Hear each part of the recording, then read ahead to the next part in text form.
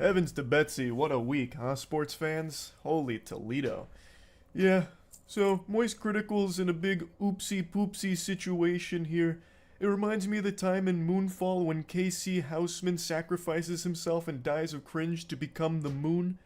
Yeah, so, being serious now, since this has become such a big issue, I've been in a lot of drama recently. I'm in hot water, and I'm biting on the fart bubbles that pop up in the bathtub here. It is a lot. So let's start with the most recent one today. My retirement. I didn't know I was retiring. That's news to me. I'm as shocked as all of you are. I had a ton of fun last night playing a game called Clickleding, which is basically like a cuckoldry simulator, but for clicking against like the Lorax in a hotel room. And I just did like an old school gameplay commentary video.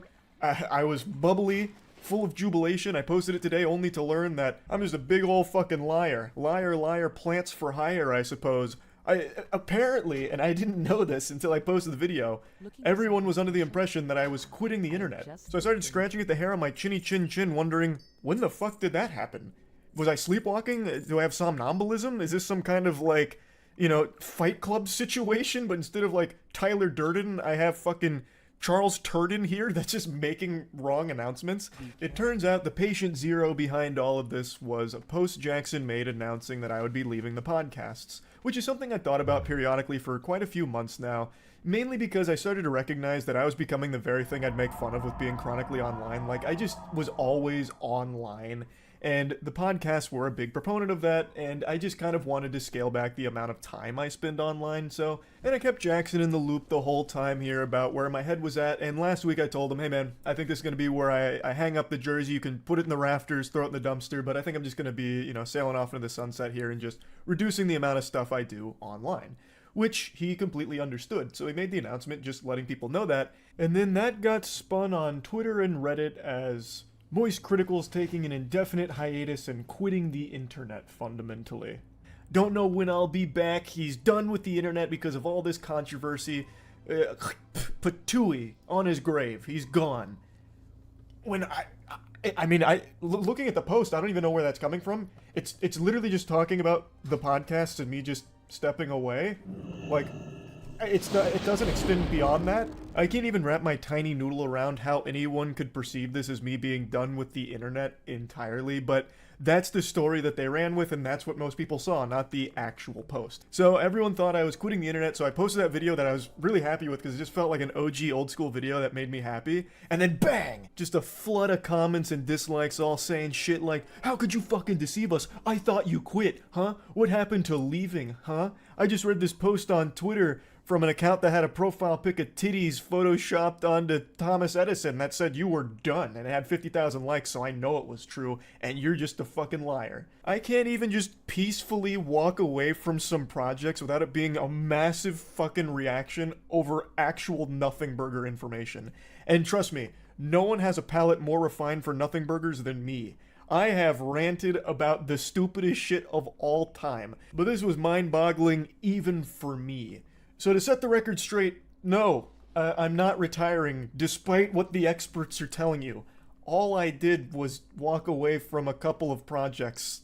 Like, that's really it. Like, that's a pretty normal thing to do, especially when one of them I've been doing for, like, 8 years. I really didn't think it was that deep, especially not deep enough for how big of a story it's become with all of the wild narratives running around about the true reason that I stopped doing it. So let's get into that drama. I've talked about it on stream, I don't even know how many times at this point, but we'll just talk about all of it in this video here.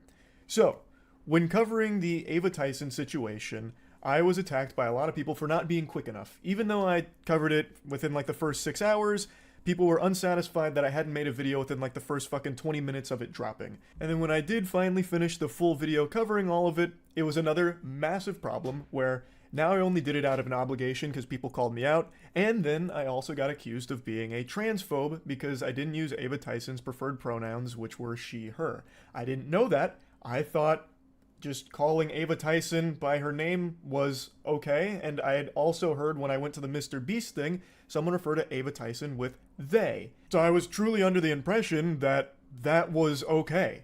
And for that, I was annihilated by a good chunk of Twitter.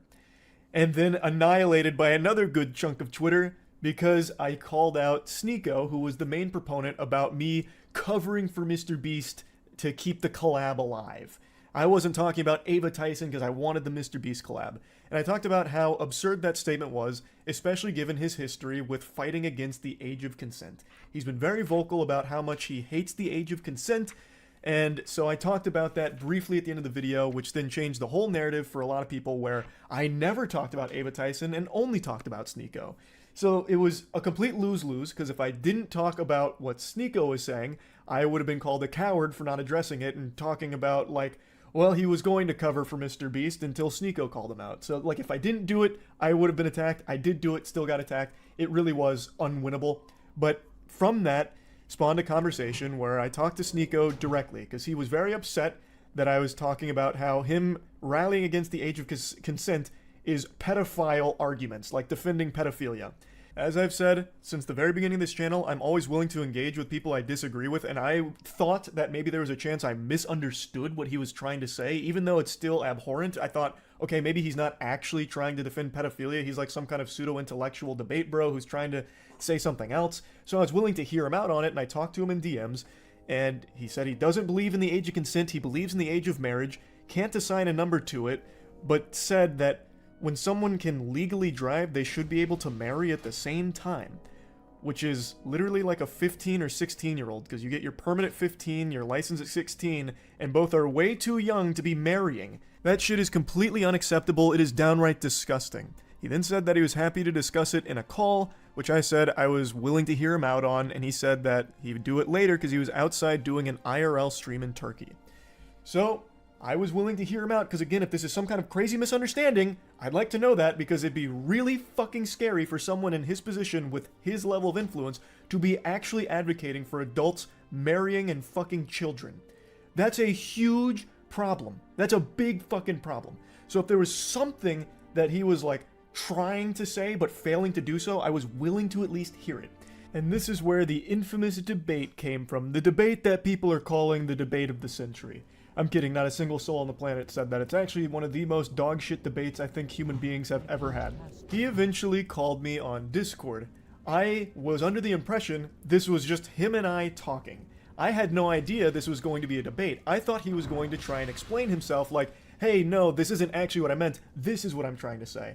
I thought this was a conversation between him and I, not this kind of debate show that he was putting on for his audience. There is nothing in our DMs that indicated that's where it was going. When I joined the call, he asked if I was going to record it, to which I said, I can if he wants me to, but I was also down to just talk. So I thought maybe he wanted it as a recording to, like, explain to people, like, no, he's not actually a pedophile defender or advocating for that kind of thing. So I thought that is why he asked. I didn't know it was because it was being streamed. Especially because one of his last DMs was about how he's doing an outside IRL stream and he would call me after. To me that says when he's done streaming, that's when we'll talk, not as a part of his stream. I didn't know this was a debate nor a stream until about an hour and 40 into it, roughly somewhere in that ballpark. I am not a debater. I've never claimed to be one. I never want to be a debater. I've always said that I believe conversations are the most productive because debates always devolve into what side can score the most points by explaining their thought process even if the position is wrong. Whereas a conversation is a very different thing to me. So I didn't even know that's what this was. So obviously I was unprepared for a fucking debate. So I entered into the Thunderdome and we started talking. I made it clear that I found his statements on the age of consent and children marrying adults being fucking hideous. Absolutely revolting. And then he started arguing about, well, what is a child? We must define a child, you know. It's not actually being under 18. It's all a bunch of hooey. And I really think if you have to start arguing about, well, what technically is a child? You're already way too far gone. Like, that is so fucking weird. And in no uncertain terms, multiple times throughout the debate, Sneo says that he is okay with people that are aged 12, 13, 14, 15, 16 marrying adults that are 18 or older. We're talking globally. Let's just talk globally. Like, do you think it is okay for, I'm not talking about just you specifically anymore, anyone. Do you think it's okay for anyone in their 20s, an adult, to marry a 15 or 16-year-old?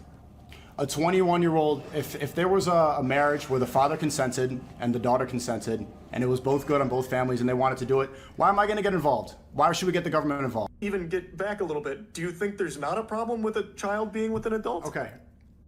We haven't even agreed upon what a child and an adult is. You keep saying that it's 18. Under 18 is child. And I'm telling you, adult. that's not even the definition of the word. What is the number? It needs to be a number, or else you can do the same thing. I just told you there's not a number. But do you see why that's a problem? No. If there's no defined...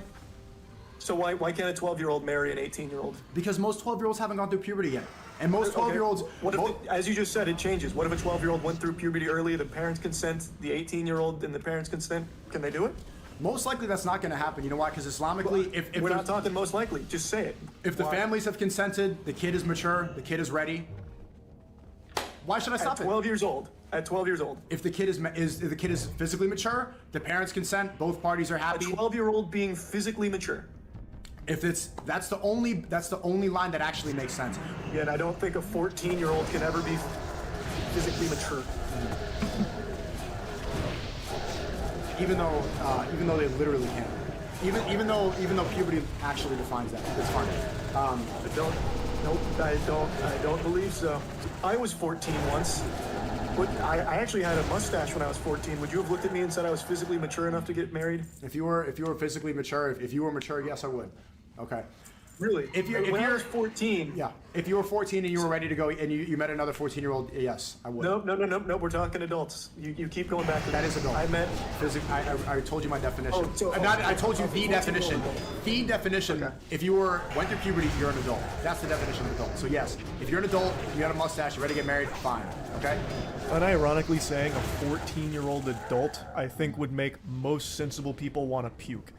There's so many instances of this, and a lot of the conversation was spent with him talking about, like, overseas age of consent, like talking about how Japan's age of consent was 13 for the longest time, this and that.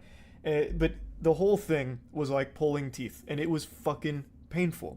And I think it's extremely alarming perspective to have. Unironically calling a 14-year-old and 12-year-old mature enough for a marriage, those are middle schoolers. Like, holy shit. I think that is extremely concerning to be advocating for something like that.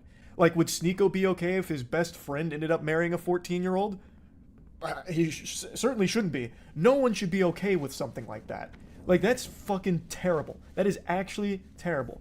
But now, since I wasn't, like, holding him to this topic or making sure it stayed on the topic I thought we were talking about, it went all over the place with a ton of different things, but the big one, and this is what most people have focused on, which was my response to his question about kids transitioning. And the way he would pose that question would be by asking if I thought it was okay if kids who want to switch their gender go to the doctor and get their dick cut off. Is it okay if a 9-year-old goes to a doctor and gets their cock cut off right then and there? And when posed with that question, I replied with yes. And I've talked about this on stream many, many times now, and I'll talk about it again here. I thought he was talking in hyperbole. I thought he was just exaggerating, being over the top, talking about the entire subject of transitioning. I had no idea that any living, breathing human being actually thought that that's how transitioning works, where you just go into a doctor saying, I feel like switching genders, and they lay you down on the operating table and just snip your whole fucking meat off. I didn't know that that's what he actually believed. I didn't know he was speaking literally. I thought he was just referring to the entire process of transitioning and just using this over-the-top statement to encapsulate all of it. Because you literally cannot get that surgery unless you are 18. Yeah, like, you actually have to go out of your way to be that stupid on the topic than you would just spending a couple of seconds looking it up. There are very rare cases where someone under 18 has had that surgery performed. That's not common. So I really didn't think that someone could be so dumb on the topic. I thought he was just speaking in hyperbole, which is my mistake. I should have been more clear instead of making an assumption that he was talking about something nuanced in an over-the-top way. I haven't hid this take, and it's not a new take. I've talked about this a couple times throughout the years on stream. I have no complaints if a kid gets interested in transitioning and starts talking to their family about it. So their parents start talking to doctors, the kid starts talking to doctors and therapists and all of this, because the process of transitioning is one that takes place over the course of many years. It's not something that just happens like that. And I'm also not afraid to admit that I am not the most educated when it comes to transitioning. I am not someone that has a ton of knowledge about the subject to be speaking on it in a really in-depth manner. But even I know these very surface level things that everyone has easy access to understand. It is a long process, and I have no problems at all if a kid gets interested in that process and starts going through that process with proper care. And then when they reach the age where they can consider that surgery and decide they want to do it, then that's all power to them. That's entirely up to them. They have reached that age, they can now do that surgery if they want to. That is not a surgery that's being offered to like a 9-year-old who just says, I feel like changing genders today. It's just not how it works. And I didn't think that that's what was actually being discussed because it's so fucking silly. Now I'm sure there's some really fringe cases you can point to where that kind of thing did happen, but it's not common, thus I didn't think that's what was being referred to in the conversation. And it is, again, my mistake for not recognizing that at that moment it was being spoken about literally. So all that shit that people keep dogpiling and spouting about me about how I want all kids to go out there and get their genitals chopped off is just fucked up. Like, it's so ridiculous. I recognize I did a horrible job of arguing in this debate, which isn't surprising considering I don't debate. This is not something that's in my skill set, which of course led to some embarrassingly dog shit arguments. Like the one I've seen people reference a couple times is when I briefly mentioned sports in this topic. It was a stupid point to try and make. I was getting hit by like some rebound psychic damage listening to some of the drivel brain rot that Sneeko was spouting about the age of consent. And I don't know why I thought this was like an argument to try and make, but I brought up sports in this subject, and I was going to try and elaborate on it, but didn't at all. What I was going to try and say is that when a kid gets interested in a sport, they'll talk to their parents about it, they'll research the sport, you know, go through the process of learning about it. And when it comes to transitioning, it's still a process where you talk to your family about it, you learn about it. Like, it wasn't a point where I was trying to say, well, changing genders is a lot like picking between baseball and soccer. Like, it's not what I was trying to get at, but because I didn't elaborate on it and it really wasn't a good argument to try and make in the first place, that's one people harped on a lot. And I get it. Like I said, I am not a debater. Like, I didn't go in here expecting a debate. So I had nothing prepared here for this inundation of outrageous questions and tangents. Like, there was a point where Sneeko was trying to get me to say white power. Like, the whole thing was a fucking mess. It was, without a doubt, probably the worst debate that video has ever been cursed with. And I really regret not doing a better job here. It's not something I should have even done in the first place. I just have a tendency to really hope for the best out of people, and I was really hoping that I and most people were wrong about Sneeko's perspective on the age of consent. However, unfortunately, it doesn't appear to be the case. He was very adamant about this position, and I did a terrible job in arguing with him. I did a terrible job of articulating my beliefs. I am supportive of the LGBTQ+, and I have been, and that's not something I've been shy about. I just wish I did a better job of expressing that. To be open and honest here, and I've talked about this a lot, I've always treated my channel kind of like a diary for myself, which is why I just talk about so much different nonsense and so many things that I know a lot of people don't give a fuck about, but some of it's fun for me to talk about, or some of it's just things I care about. So being totally honest, I used to treat the internet as an escape from my dog shit real life. Truly unhappy, really hated most of everything about myself, and the internet was my escape from it. But now it's really become that real life is the escapism for me now. Like, I love posting and creating things, but I don't like interacting with the internet around me anymore.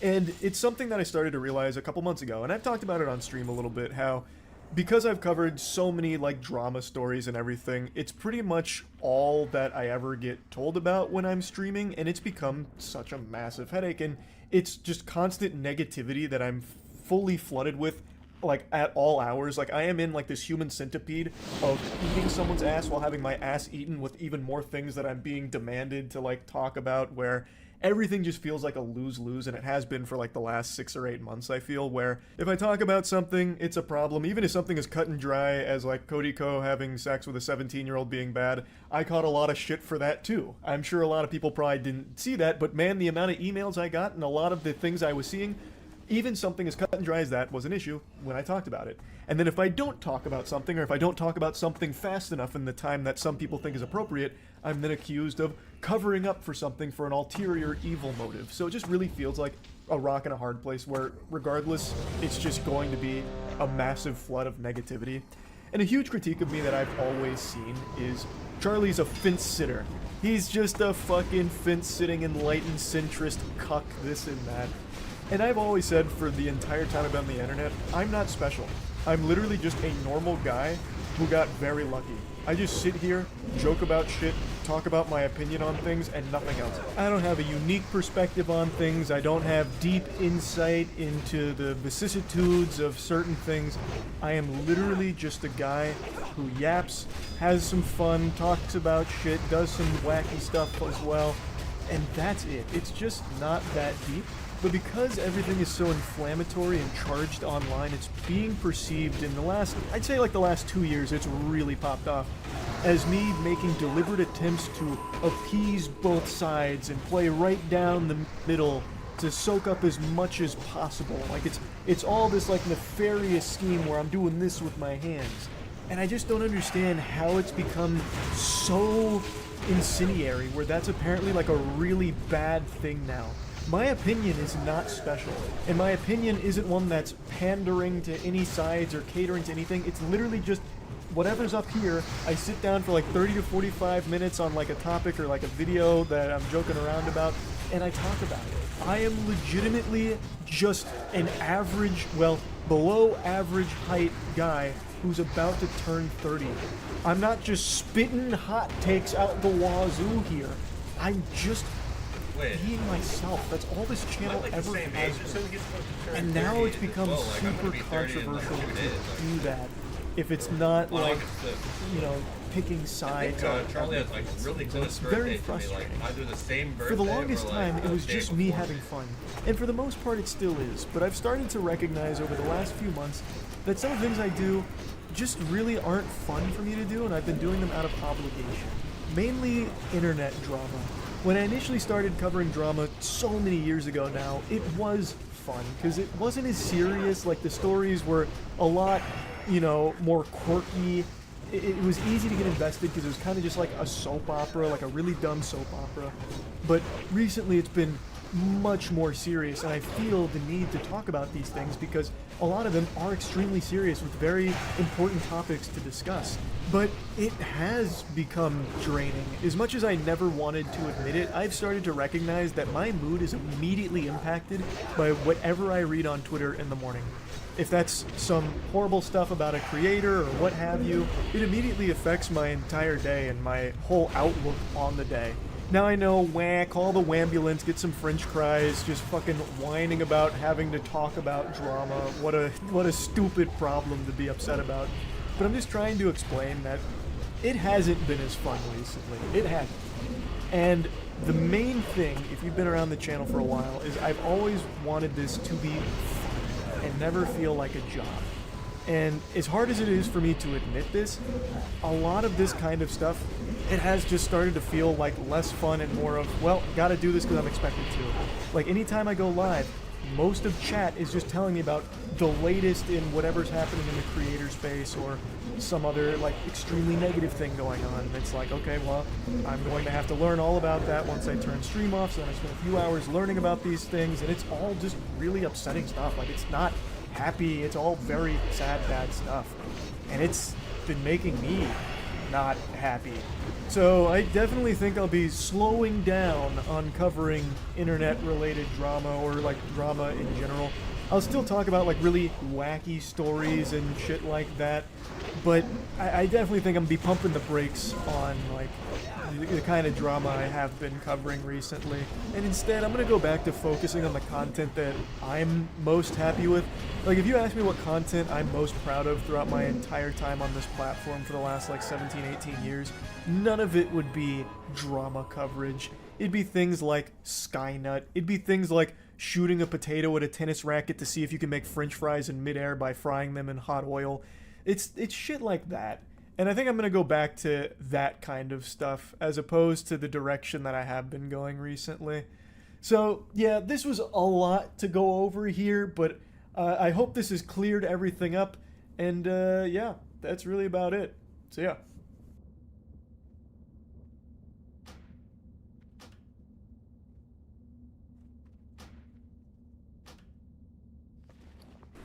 Well, I fucking trashed the DPS meter there. At least I hard diffed the other shamans. Was this guy enhanced? Yeah, I diffed him by like fucking 300 DPS. Granted, I came decked up with consumes and everything, but hopefully we win something here. Either the Iskander Pelt or the Imperium Demolisher. So it's free roll.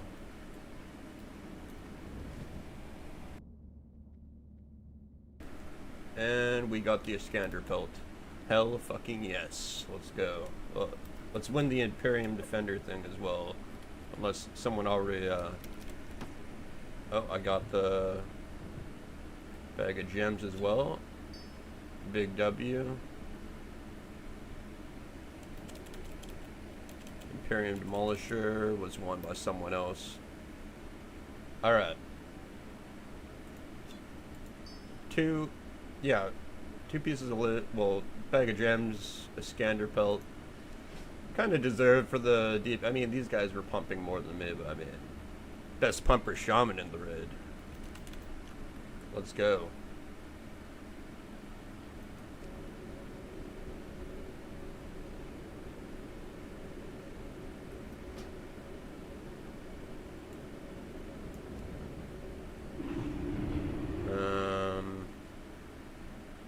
So I think I'm locked out to everything now, like both world bosses, Oni and MC, so I guess like do some dungeons or something. Gold farm. Anyways, short stream. Just wanted to get a Kazzak in there.